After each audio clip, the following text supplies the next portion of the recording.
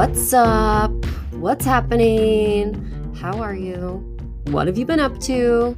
Come on in. This is Everything's Relative with Eve Sturgis, a podcast that explores all the ways that people's lives are affected by modern DNA testing. Some people's lives change for the better. Some people's lives change for the worse. But no matter what, everyone seems to see themselves and their place in the world a little differently. It's 96 degrees today in Los Angeles. We are officially in the dog days of summer, which, okay, hold on. Sidebar for a second. This morning, I asked Kaylin if he knew why the dog days of summer were called that. Like, why are they called the dog days of summer? He also didn't know. So I looked it up, and did you know that it has to do with Greek mythology and astrology? It has nothing to do with dogs, really. At this time of year, the star Sirius, which is considered the dog in the constellation Orion, it's a boy and his dog. So Sirius, the star, rises with the sun at this time of year. And it just happens to be that in the Western Hemisphere, this time of year is also when we are all super hot and miserable. There you have it. You're welcome. You're welcome. You're welcome. We are a podcast where you learn many things. No need to thank me. Anyway, the dog days are upon us. And you know, if you listened to last week's episode with Jennifer, that I'm in the process of wrapping up season 4. We're down to our last 3 episodes. Today, I'm very excited that this one is going to help bookend a really great year that I'm proud of. And the timing couldn't be better. So I have talked a bit before, especially in the last few weeks, about a new podcast called Missing Pieces, NPE Life. And it is hosted by Dawn Anderson. I really like that podcast, and I really like Dawn. Meanwhile, aside from that, in our NPE community, many people know, but if you don't, there is a woman out there in the world who has been sending some NPEs, people, emails. And the emails are, to put it lightly, not nice. They are not nice missives. I won't get into the details because you can hear them soon enough if you head over to Dawn's podcast. But Dawn put out an episode last week about this person. I don't know what to call her. A troll or other words to describe mean people. But anyway, so many people are talking about Dawn's episode. And I think, anyway, you go listen to it. It's like slightly controversial in the threads, but I really hope it makes you laugh. That's what I really appreciated about it the most. And it made me think that I wished Dawn was my older brother and or had just been on my side more in middle school and high school. Anyway, I know I'm not alone. Lots of people are wondering, who is this Dawn guy? Well, my episode today is with Dawn Anderson of Missing Pieces of NPE Life and his sister. A warning to listeners. Dawn and Tammi's story is an NPE tale with a very happy ending. So if that's not what you're in the mood to hear today, today is not for you. Move along. I won't be offended. It happens. But for the rest of you, I hope you enjoy the energy between these two as much as I do. Here you go. So, do I sound okay? Yeah, you sound great. Do I sound okay? Yeah, you sound great. Everybody sounds great. What's happening? How do I sound? Amazing. You sound great. Oh, this is amazing. So I'm here with Dawn and Tammi. Hi. Hi. Hi. We're here on Everything's Relative Podcast. You are brother and sister, half brother and sister if we're really splitting hairs, right? Yes. 27.8%. 27. Okay, 27.8%. And you're gonna tell your story today, right? That's the plan. We don't have a plan. We don't have a good plan. We don't have a plan.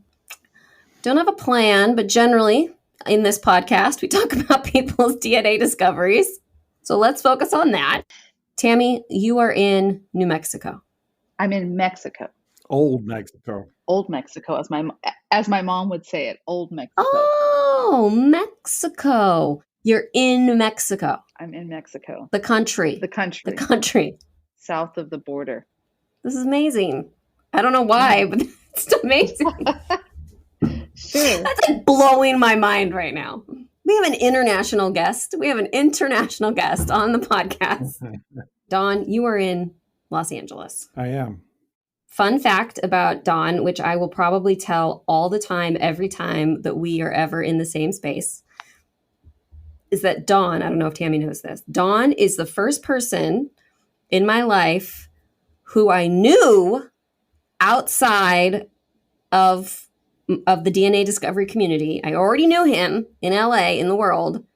And then I saw him one of the days that he announced, he came into like the community on one of the Facebook groups and was like, "Hey, this is my story." And I was like, Dawn, hey, Dawn, hey, it's me. So I don't know why that makes me feel extra sort of like connected to Dawn in some kind of, I always knew there'd be somebody eventually, right? Statistically, we're all going to see someone we know. Exactly. Yeah, you were my first, but that was the first day, so I didn't. wouldn't have put my money on Dawn if I had to guess. But so anyway, so it's very exciting and for me. And then we connected, and he's got this awesome podcast that is so fun. Have you been listening to it, Tammi? It's so good. Of course, I've been listening to it. I'm in one of the episodes, so yeah, I listen to it passionately. In fact, he also turned me on to your podcast and told me your story when he was taking me back to the airport when the first visit that I had with Don in LA, right, Don? Or you were listening to it on the way back to, anyway. So yeah, and Tammy's actually one of the. I mean, what do we call people that aren't NPEs? Normies. That's what I call them. Normies. So Tammy's one of the normies that she actually listens to NPE podcasts because she loves me so much. That's really nice. Yes. I think that's the reason she isn't. It's 100% the reason. That's the right answer. That's great because it's wonderful that you're doing that for Dawn, but it's also wonderful that more and more people could find out about this world. So whoever you're telling in the grocery store checkout line or, at the library, those are the two things I imagine you do is go to the grocery store and the library in Mexico. 100% of the time, every day. El Biblioteca. Just the grocery store. Tammi lives in a town where our dad lived. Oh. She followed him down to Mexico. If you listen to my podcast, episode 2, you'll hear all about that. Shameless plug it away. So Dawn's podcast is amazing. It is called Missing Pieces, NPE Life. And I am not kidding when I say that his podcast is a lot like how I wish I could make my podcast. I love all the production work that he puts into it and the tone. And I don't know how to do that. And 2, didn't feel like I had the time when I was coming out with the podcast. So I was like, mine's going to be just really straight up just talking. But I love that Dawn is here to like bring a new style to the small collection of us. Because most everybody, we sort of are the same-ish. And Dawn came in to mix it up. And I love it. I love it. Every time I listen, I get so excited. Thank you. Yes. And Eve is part of an amazing episode. Yes. Episode 4 on there with 3 other ladies, and she gets really vulnerable. I do. I do get really vulnerable. God, I am a really vulnerable person. Are you going to be like Barbara Walters and everybody that goes on your podcast cries, Dawn? I mean, everybody has so far. Dawn gets right to the heart of it real fast. I did not see it coming. I cried quite a bit. She was all snotty and stuff. I mean, that's a part of crying. It is. That's okay. So but I cry when I listen to it too. So, I mean, in a good way. We're all just a bunch of open-hearted, really vulnerable, lovely people here today. So Dawn, why don't you tell me? I don't need you to tell me your whole NPE story. We'll get to that. But tell me briefly what it was like growing up. Where did you grow up? And then I want to hear Tammy's version of the same thing. I want to know what was going on at the same time. Does that make sense? Yeah. Yes. All right. So, believe it or not, we grew up somewhat similarly. My mom had a type, alcoholic man. I grew up, my parents were divorced when I was 5, and I lived in Illinois at that time. And then my mom took me and my sister to Arkansas, where I spent most of my childhood kind of like I would do school in Arkansas, summer in Illinois. Dad was an alcoholic, married a woman who had who developed mental issues and mental disease and lots of suicides attempts and in and out of mental hospitals, shock treatments, the whole 70s kind of style of mental health. And then my dad was a raging alcoholic, and he was a people pleaser when he was sober. If you got him 2 to 3 beers, you could get anything you want. But after that, you're risking a lot, asking him for anything. Or if he was drinking whiskey, forget about it. And then my mom, we were poor, lived in trailer parks and projects, and she married a guy who shouldn't have been allowed around children, if you know what I mean, and abused me and my sister. I have an older sister who's 2 years older than me. She's 2.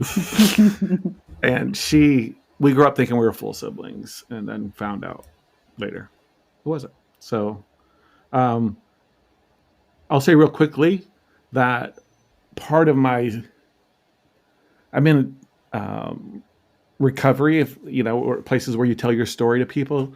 And as part of my story, I talk about as a child looking around and saying, who are these people? Like, somebody's made a huge mistake. I do not belong with these people.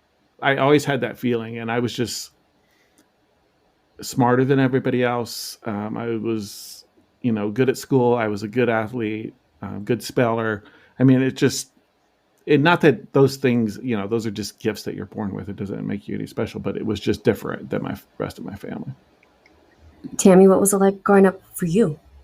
My parents got divorced when I was 7. My dad was a drinker, but he wasn't a raging alcoholic, I would say. But he did drink quite a bit. He married a very narcissistic woman that I had as a stepmother. So that was exciting.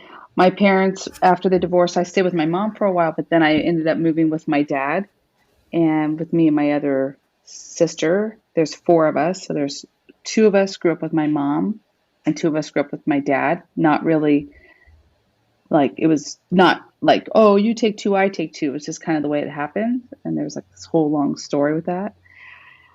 It was good growing up with my dad because I always wanted to be with him. He was like my idol, and he was very funny. Was this in Illinois? Oh, sorry. I was born in Arizona, and I grew up in New Mexico. Actually, New Mexico. Oh, geez. This is really getting complicated. Right. Not even anywhere near at all whatsoever.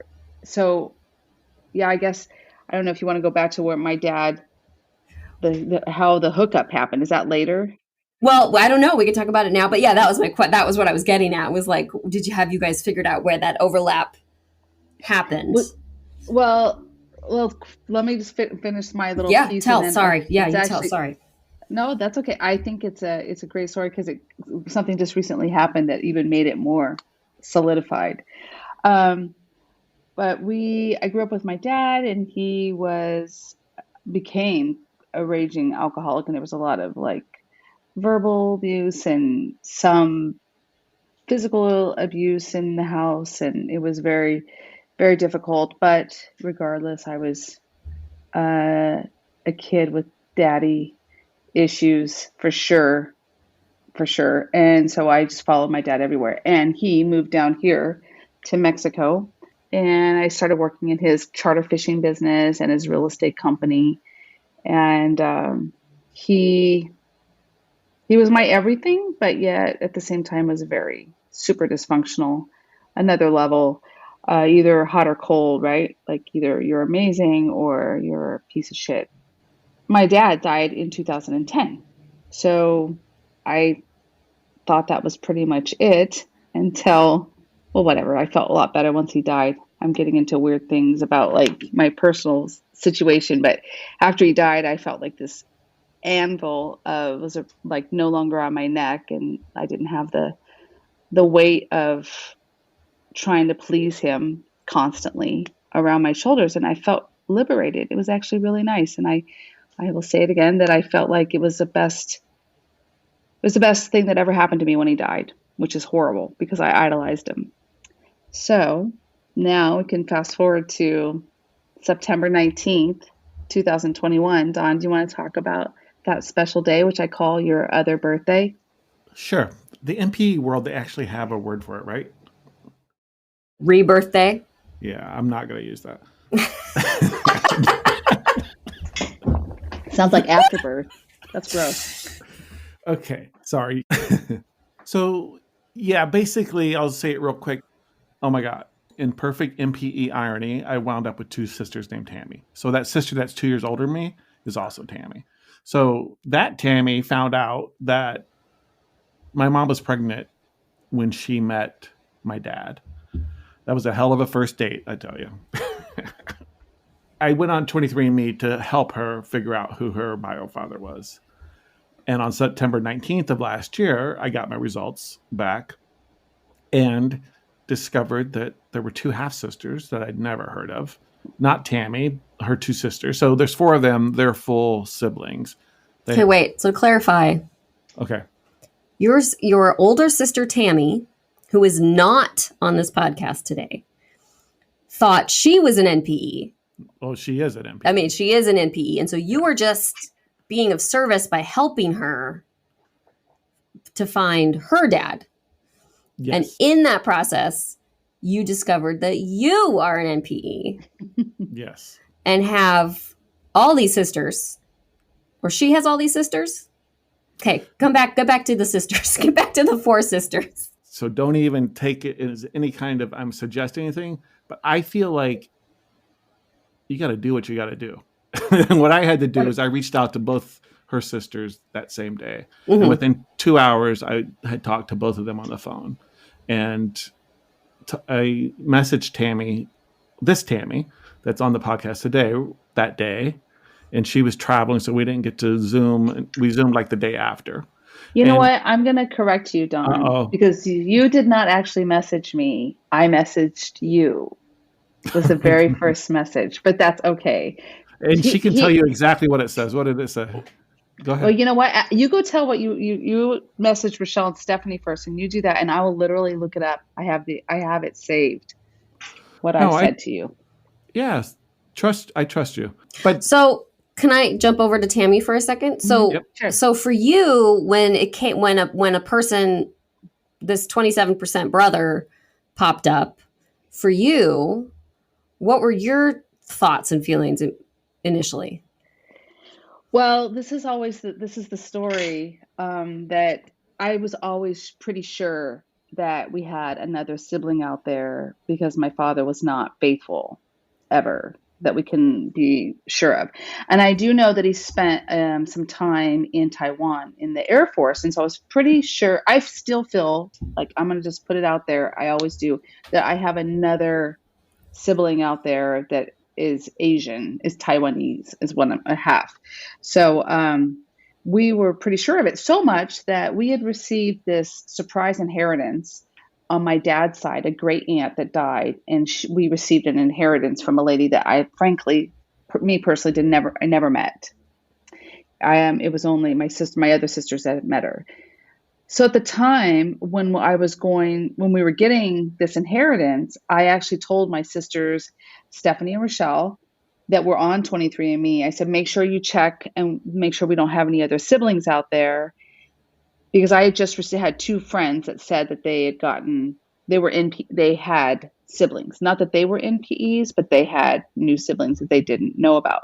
So I told them, hey, you guys, please check this out, because if, Dad has another kid out there. We're, going to share the inheritance. And then they started looking up the legality, because apparently we're already throwing Don under the bus before we even knew him. But they were like, well, there aren't technically his son if it's not on birth certificate. And I said, we don't know if it's not on a birth certificate. So we literally were looking. So I was pretty sure that it was going to happen. And so when it did finally happen, when we did finally get the news, my oldest sister, sent a note on our group chat that me and my sisters have that says, hey, we have a half brother. And I was like, I knew it. So you felt validated. I was completely validated, 100%. And let me just tell you, because I'm super dysfunctionally obsessed with my father. I was, maybe still am. That for me, it was like, full stop. I need to know this person right now. I need to see him stat. And so we started stalking him as much as we could on Facebook, like every NPE, whatever side you're on, they start doing. And immediately I was like, squinting. Does he look like dad? Does he not look like dad? And so I sent him a message on Facebook that was just like, I got to know everything. I'm sad if you're sad. I'm happy if you're happy. Like, this must be so overwhelming, but I need to know. And then I also know me and my sisters were kind of overwhelming. I said, you might want to take it easy. It's going to be like drinking through a fire hose. I'm imagining it was just going to be nutso. And so that's how our relationship started. So I won't ever forget it. I saved all the messages. And, I was talking about this on somewhere, but, I think it's very traumatic, as you know, finding this out. But when you're dropped into the middle of four sisters who just want to find out more and more about you, it's pretty exhilarating, right? Mm-hmm. That kind of covered up the trauma a little bit for me. And then, it's kind of weird. Like, I still don't think I look like him, but I love it when Tammi or one of her sisters will say, oh, right then you look like him. I just love it. I went to an appointment last week. I forgot to tell you, Don, and it was somebody that was a really good friend of our dad's. And I told him about you. Of course, any chance I get, I tell people, his old friends, about his son. And he said, oh my God, looks just like him. Of course, I picked out the ones where you look the most like him, but 100%. Really? That's cool. Yeah. Apparently my left elbow looks really much like his from the back. The back, his back hairline is exactly the same. But it's been quite the ride. And, I got so lucky, Eve, that there's four of them. One lives in Bakersfield. One lives in Arizona. One lives in Louisiana. And Tammi lives in Mexico. But the one I found out in September. In the third week of October, the one in Bakersfield, her daughter was getting married. So they all came to California. And I got to meet everybody within a month of finding out. And Tammi stayed with us, her and her daughter. My wife was like, Don, you don't even know these people. That's bold. Super risky move. And then we've also been to Mexico and stayed with them. And we got an Airbnb last December to go Christmas shopping in Phoenix together with her and her husband, or fiance, sorry, and who Lisa and I both love. And the four of us get along great. And I get along with all the sisters. It's such a trip to, like, all of a sudden, oh, I have a sister that I've never had any conflict with growing up. And, like, we get along great. No baggage. I love no baggage. I love it. Yeah. Although our trip that we took, so of one of the 4 times that I've already been with Dawn since September, we took a trip, all 5 of us, the 4 girls and Dawn, we met in Tucson, Arizona, and then we drove to New Mexico to see our Uncle Dwayne, which was great because he's getting old. I think Dawn got to see our dysfunction and all of our baggage. So that was exciting. So he got to be part of he didn't get to grow up with us and be with the whole, there's 4 girls in 5 years. So I don't know if anybody has any idea what it would be like to have 4 girls that close in age together. It was just and all different, very different personalities. It wasn't easy to be around us. We were horrible, wild children. And so Don got to see the adult side of that. Which on a scale of 1 to 10, like, isn't that bad. Like, I know it probably felt weird, but like the family I grew up in, like nobody got drunk and yelled at each other. But I mean, I did get to see it, but it's, whatever. It's family. Family does that. Family, yeah. That's why you fucking move away, right? But I just want to talk about really quick what broke the ice between Tammi and I. First of all, I feel like Tammi, we've both kind of said this, is like the other half of me. Like, we are so much alike. It's crazy. And her fiance tells her he's like the female you or the male you. A little both, I guess. Right. But it's all, you know what? Nothing matters anymore. It's all fluid. It's all fluid. Yes. So so I always say I feel like we're two magnets that are always trying to find our way back to each other. But what broke that ice was Tammi. She was traveling a lot during the first 4 days of the discovery, I guess. And she, so she wrote in a journal on a plane. Go ahead. Let me just take a side note. So I wasn't actually as excited about, I was excited about Don. I wanted to know, but I was nervous and I was traveling and Don said, let's do a Zoom. He was doing a Zoom with everybody, with all the other sisters. And I think I was one of the, I wasn't the last, but whatever. I was close. Everybody else had done a Zoom with Dawn. And so my daughter was with me. And who we mentioned that she was so happy that Dawn was around because she was also close to my dad. And she said it was like, there's another piece of grandpa, like he's still with us. Like it was just kind of like this, everything bubbled up to the surface. Anything that I had stuffed away about my daddy issues were like literally like erupting. And it was crazy. It was another level, the emotions that it brought out in me. I mean, so Dawn, I don't even know, I didn't even need to know him. I just all of a sudden was like, oh my God, I need to tell you everything. It was some weird need that I had to tell him. So I was traveling and I couldn't talk to him and I was embarrassed to talk to him because I was like, okay, am I like ridiculous? Like super thirsty for attention from this guy that I don't even know. And I felt really weird about it. So I started writing in a journal and I was writing letters to him, like scribbly, like almost unlegible letters that I was writing to him. And I just wanted him to know this stuff. And I'm on a plane. Carlos is next to me, totally fast asleep. And I'm bawling my eyes out. There's like tears on the journal. And I'm like writing all this stuff. And I don't know, that the fact that I didn't know him or the distance or just that the fact that, I'm not physically in front of him. I was like, do you want to read what I wrote? And I would take a picture and send it to him. Wow. Which was ridiculously vulnerable because it was some pretty, sad things. So anyway, Dawn, you can talk about that. I don't know what you thought about when you got those. I was going to talk about the happy part. Sorry to interrupt. No, but the first thing I said in the journal entry that she took a picture of, I think it was the first thing, I don't know. But the thing that broke my heart wide open was she said, I hope you want to be my brother as much as I want to be your sister. Mm. And it still cracks me open. And I think I wrote back and said, there's no friggin' way that's possible. Because what happened to me, it was like, this, as it does to all of us, it shifts you and that trauma just opened this hole in my heart. And the only thing that could fill it were these 4 sisters and, particularly Tammi. And I tried so hard not to put that need on them, but I was so needy. I mean, I don't know if we haven't even talked about this, Tammi.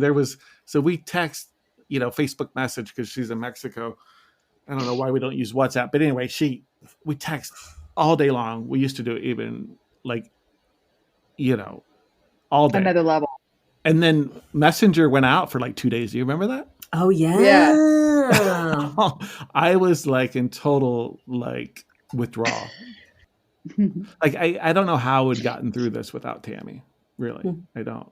And I feel so bad saying that because I know there's so many NPEs out there that don't have that at all, and that kind of makes me sad. But Tammi had. I mean, she was Spit it a out, mess. Don. She was a fucking mess. Because I'm going to tell you why, though. Because It's true. she had all this unissued, like in telling me the good stuff about her dad. Yeah. She realized that there was good stuff about her dad, right? And she had been holding on to the bad part, and so it was like we totally had a kumbaya all over the place. I did have great memories of my dad. I used to go fishing with him and all of those great things. And I did, but I wasn't remembering. I was just recognizing since his death how liberated I was once he died. And so I was never looking back at like, wow, I wish he was still here and we were still fishing.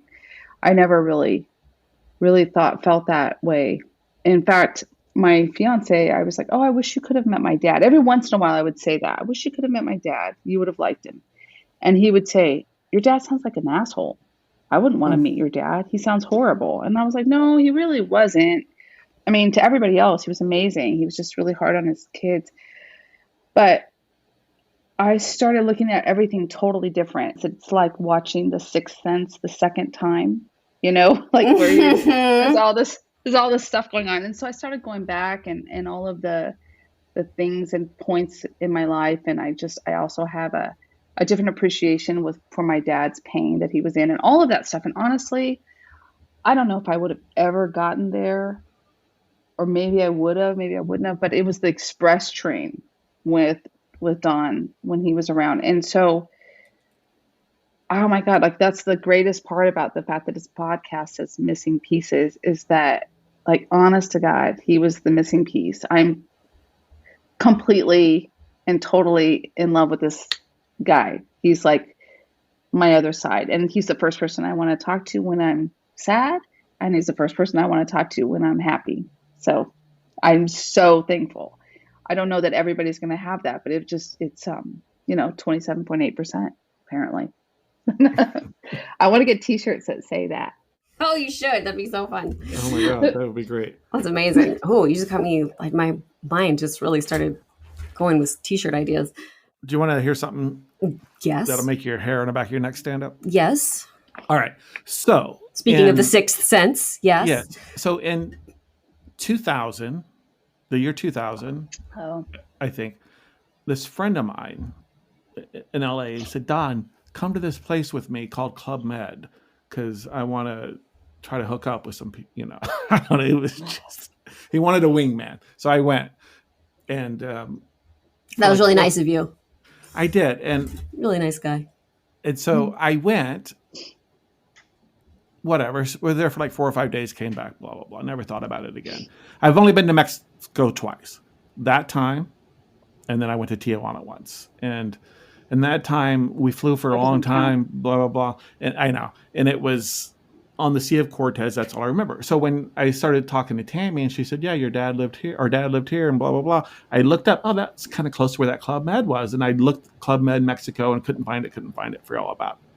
Cut to, we went down to Mexico, Lisa and I, to visit her and Carlos. And we also were doing a little film project with them, this promo for the town. Anyway, so we're scouting locations and we kind of do this turnaround on this road. And there's like this gated up thing. And I said, what's that? To Carlos, her fiance. And he said, oh, that's an old Club Med. I didn't think anything of it. We pull out to this beach, out on the beach where you can overlook everything. And I see all these buildings, abandoned buildings behind it. And I'm like, oh my God, I've been here before. Yeah. Like, what are the chances of that? How many people live in that town? 8,000. 4,000 people then. Yeah, probably, back right? then. And yeah, exactly. 2000. Back then. And like, I was in the same town as my bio father. And like, it's crazy. Yeah. It's like, crazy. And yet we just keep having these stories. So is it crazy? Probably not. Well, the thing that happened just recently was that we've kind of calmed down. I think I've calmed down. I'm not quite as emotional. Literally, I was like crying and could not sleep. For the first month, I couldn't sleep at all. I was 100%, and I was crying every night. And I'm sure Carlos was like, "This is kind of awkward. You don't even know this person." I'm like, "I don't know. He's my brother." So, I've pulled that. It's my sister. It's my sister. What are you talking about? I could talk to her for hours like literally hours. No, but recently, my sister Rochelle, who's more into the genealogy, the oldest, and she sent away for my dad's military records because we were never really sure. And Don can talk about, the information he's getting from his mother it's just pretty vague. It's not really anything, a lot of in-depth stuff. And so we know that Don was conceived in Blytheville, Arkansas, and there's an Air Force base there. My birth certificate father was in the Air Force. And so I was conceived there, but then he got out of the Air Force that summer. They moved to Illinois, and then I was born up there. But I was conceived in Arkansas. Got it. Around March of 19, what do we want to tell your age, Don? March of 1965. Right? Okay, so about that time. So we knew that my dad it was in Mississippi for boot camp. We didn't know a lot. So basically, we got the information that it seems like he was definitely stationed at the end of his service in Blytheville. So he was stationed there. What we thought was it was just like a, passing in the night, a one night stand, whatever. Like that was kind of all information we got. And we still don't really know more about that. But now we know that our father was definitely stationed in Blytheville. So the other kind of things that we just realized, or at least I've created a different story in my head because I want to know the story. Weirdly, I don't know that it matters. My sister Kim's like, I don't give a crap. He's my brother. Don's our brother, and I don't really care how it happened. But somehow I want to know. I'd love to know if it was a relationship, a caring, loving relationship that was whatever. So anyway, my dad was definitely stationed there. His father, my grandfather, had passed away only a few months prior to Don's conception. So I'm wondering about his state of mind. And also, right? It's not funny, but But yeah, he's brokenhearted. He's just lost his mom. He's just a hot Air Force guy in Arkansas. Exactly. He's like just as devastated. And on top of that, he enlisted in 1962. So this is 1966. He was only 4 years in. He already got his jump boots. Like he was ready. He was going to go into Vietnam because he only had 4 months left. They said, okay, we're not going to send you. And according to my sister, which I'll believe is true, all of the other people in his troop that were in his troop all went to Vietnam. All of them died. Like if he would have gone, he would have died. And Don would have been around, but we would not have been. So I'm thankful that he stayed. But he was going to be going to Vietnam. So YOLO. Yeah, exactly. Yeah, I don't know. I want to believe that it was 1965 and, scared young man. He was 21 years old and his dad had just died. And then a miracle happened. So that's my story. When Don makes the movie, the made for TV movie, then that'll be the story. It'll be emotional and romantic. Yeah. I mean, it's so funny because I really want to know too. And my mom is just button-lipped about it. And my wife always says, Don, none of us want to think about the night we were conceived. But NPEs do. And siblings of NPEs. But yeah, because when I first talked, the very first message, which is insane how vague it was, I sent to her sisters on 23andMe was, hi, let me guess, your dad was in the Air Force in 1965. That was pretty much it. Like, are you serious? That was your message? Well, no, it said, I found out, I didn't know until today my dad wasn't my dad. Let me guess, your dad was in the Air Force in 1965. But I just thought, like, I don't want to defend myself, but I'm going to. I thought that they were looking, I didn't know that it sent them an email. I thought in order to get my message, they had to be looking at what I was looking at, that we were half siblings, right? I didn't even mention that, hey, we're half siblings. What's going on? So, so when, you know, we all talked, they didn't know their dad had ever been in Arkansas. They thought he was stationed in Mississippi. So, and my mom said it was a one-night stand. So we all thought that he was just passing through. Like, we didn't know. Like, what was he doing? That's how one-night stands happen. Yeah. Everyone's on the move. Everyone's on the move with one-night stands. That's the only way it happens. So that's the narrative. And just for the record, it's pronounced, if you're from there, Blavel, not Blytheville. Blavel. Well, I'm not from there. Dawn, did you work your accent away? Did you ever have an Arkansas accent? Or did you it's stay because strong against it with those summers in Illinois? It's those summers in Illinois. And then when I was in 7th grade, I moved to Illinois.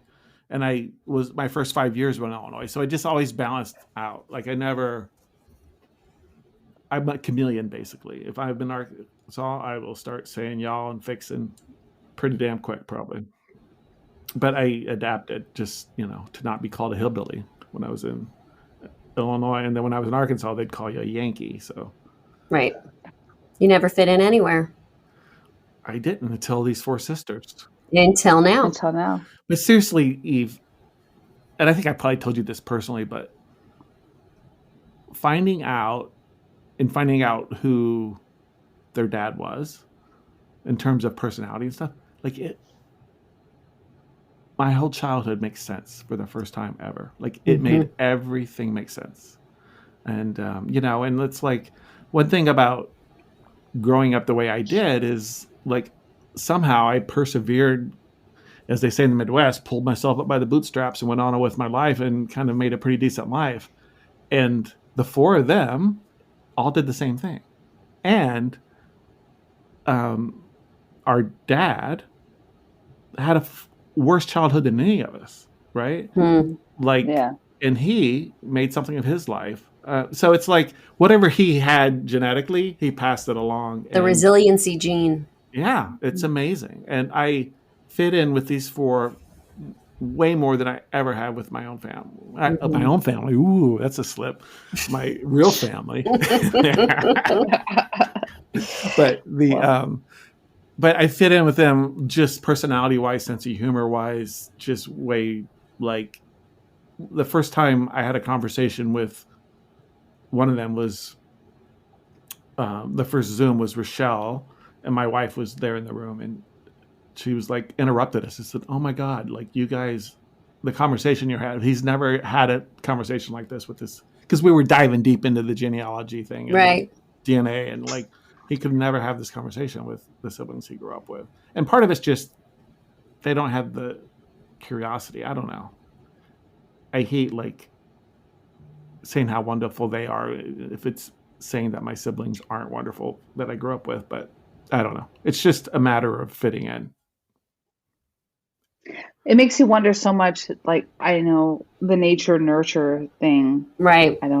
It seems so, in this case anyway, it just, I don't know. I feel like I matched Dawn in personality better than I match my other full sisters, quite frankly.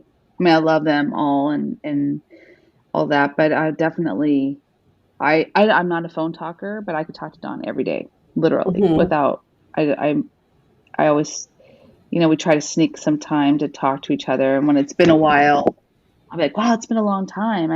We haven't talked to each other, and it's only been like 2 days, but we text. We literally text every day without any exceptions.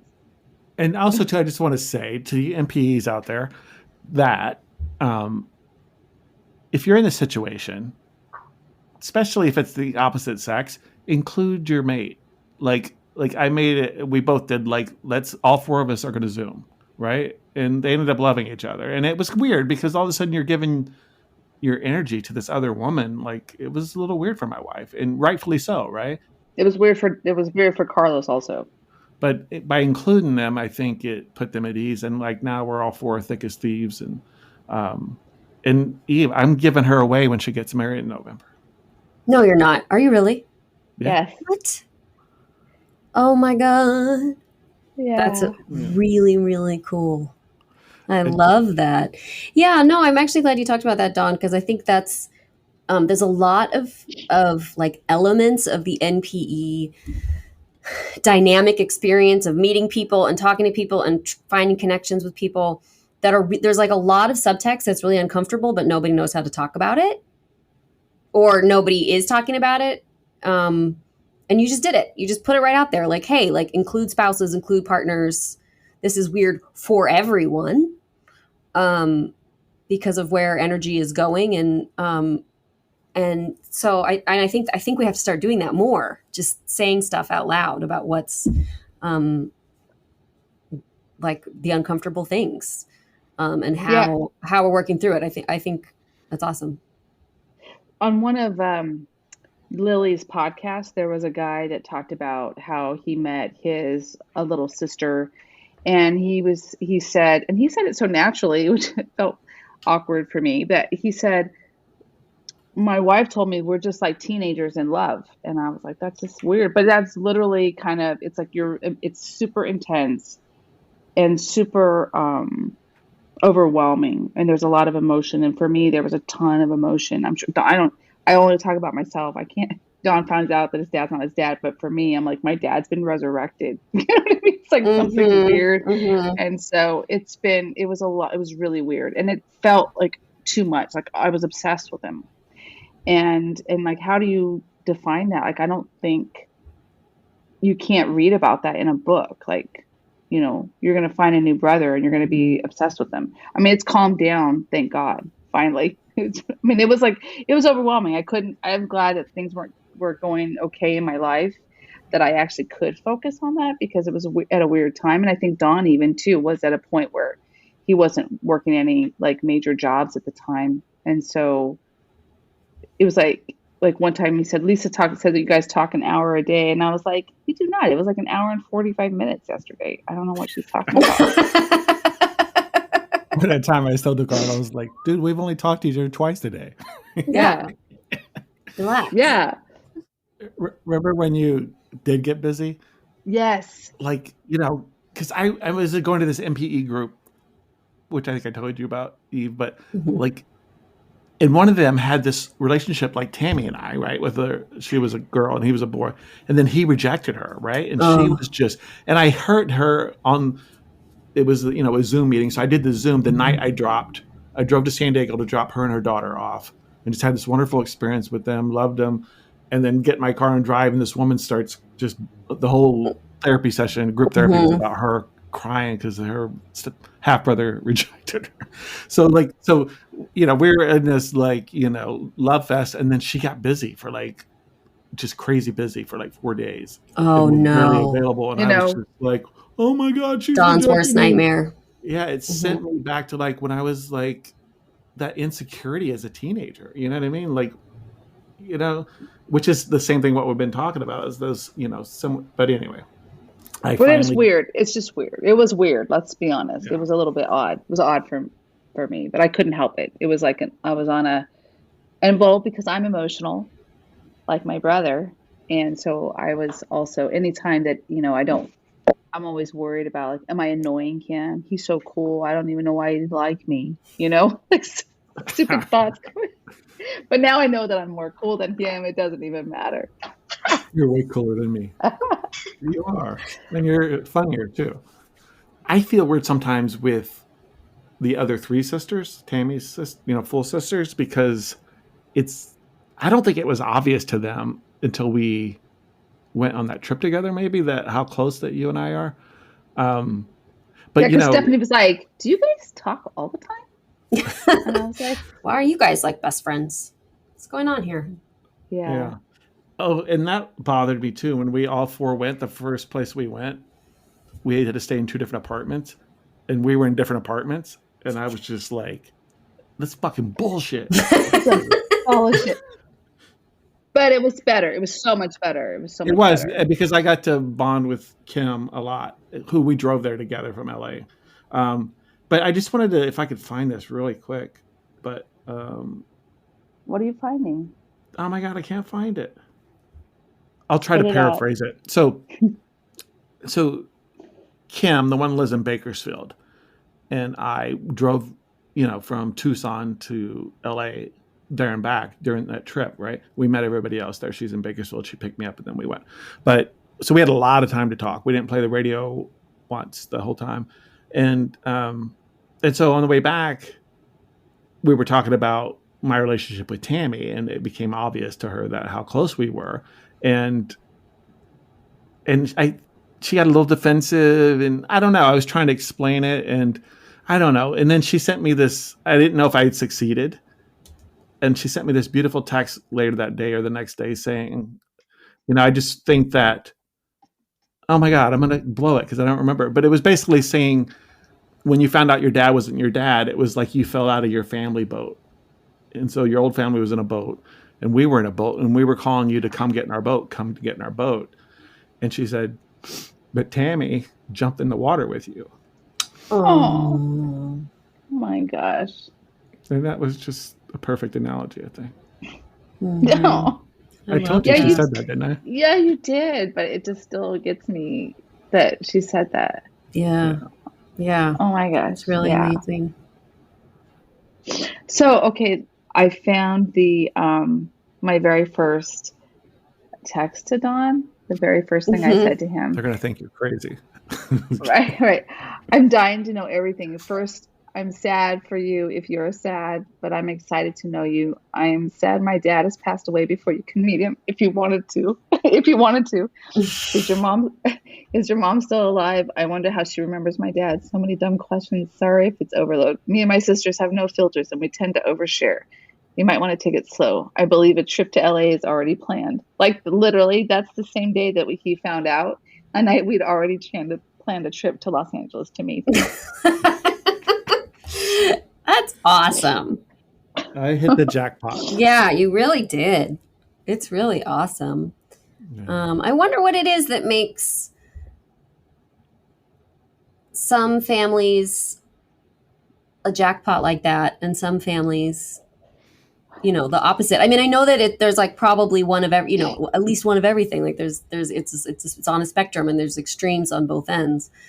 But I just talked with people who are siblings. I mean, so they're in the Tammi position of being the siblings that were contacted by like outside NPEs, and they, they're both kind of struggling with, and so I just wonder what it is that makes people so complicated. I guess. I think Dom is just so much like it could have gone right. Amazing. It could have gone either way. It really could go another way. I mean, we could, get somebody that just doesn't click with us. Mm-hmm. I mean, I just think that it was, I don't know, that it was a crapshoot. Like it was just the rolling of the dice. Yeah, it's just like all the stars were in the right place at the right time.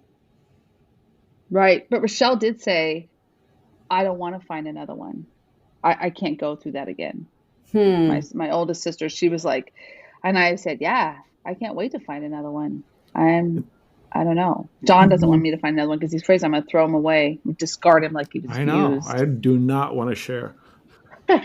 You guys, I feel like I'm in this like weird groove of saying this was amazing at the end of these talks, and it was, but it was special. It was more special than that, and I'm so grateful to you too. And I also want to do it all over again because now I have lots of like questions and ideas of things we could talk about. Yeah, I feel like the first half was horrible. That was boring. No, nothing about this was boring. Nothing about this was boring. I'm so happy to share our story all the time. It's my favorite thing. I tell everybody, just like you said, I tell the grocery store clerk and of course show all of my favorite Dawn pictures because I have a Dawn photo album on my phone. Mm-hmm. Yeah. Oh, I've seen that picture. And like just didn't compute that oh my gosh, I did see that picture. I remember all these people were like, I don't know, in the Facebook group were like, what's the AF? I don't understand. And Dawn was like, Did he tell you the story about how she felt left out? No, because she was the one most reluctant to meet me, even though she lived in Bakersfield. And so she didn't want to talk on the phone. She didn't want to Zoom at first, but we planned to make lunch. And so at lunch, she fell in love with me, of course, and Lisa. And she invited us to the wedding. She hadn't invited us to the wedding at that point. And so afterwards, she texted Tammi and her sisters, he's great. I love him. First I thought he was going to be a little extra, but I love him or something like that. And so Tammi screenshotted it and sent it to me because she was saying, oh, she loves you, blah, blah, blah. But I saw the part about being extra. Yeah. And so I'm like, what does extra mean? And so. Am I extra or are you basic? Yeah. I know. So Morgan, Tammy's daughter, had explained it to me. And so then when they came to visit, I got a shirt that said extra as fuck. Extra AF. Extra AF. Sorry, more editing. But everybody loves that picture of us because it's so great. Happy. I need it for the I need it. Oh yeah, you can put it on Instagram. Yeah, put it on Instagram if you'll let me. You're super welcome to have it.